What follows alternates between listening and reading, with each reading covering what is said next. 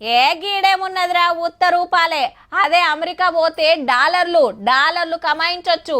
ఈడ 6 రోజులు పనిచేసినా ఒకటే, ఆడ ఒక్కరోజు పనిచేసినా ఒకటే. పెద్ద చదువులకు పోతే ఆడ పార్ట్ టైం జాబులు చేసుకోవచ్చు, చదువు అయిపోగానే కొలువుకెక్కొచ్చు. గిట్లనే ఆశపడేది చాలా మంది.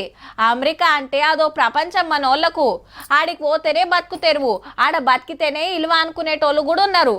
అయితే మోడీ సార్ కలిసి వచ్చిన ట్రంప్ గారు అయితే దగ్గుడే లేదు.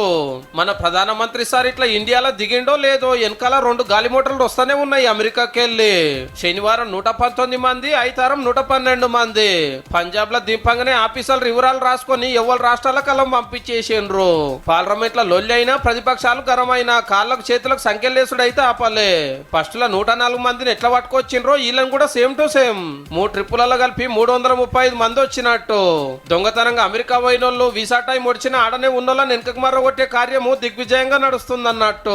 20 लाख रुपया फिर मैं 12 लाख रुपया कर्जा चुक के मैक्सिको पे दिया, फिर बच्चे गात हो रहा. బోకరియాలను నమ్మి 20 లక్షలు 30 లక్షలు చదివిచ్చిరట.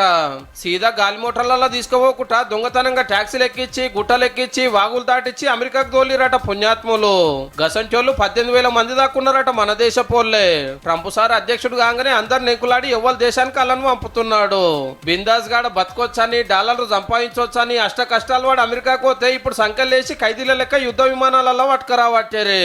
అయితే 3 గాలి మోటార్లను పంజాబ్ లోనే దింపే వరకు లోకల్ సీఎం గరం అవుతున్నాడు. దేశమంతా ఇడిచిపెట్టి మా కాడికే వచ్చుడేంది, మా వాళ్ళు ఒక్కలే దొంగతనంగా పోయినరా అని.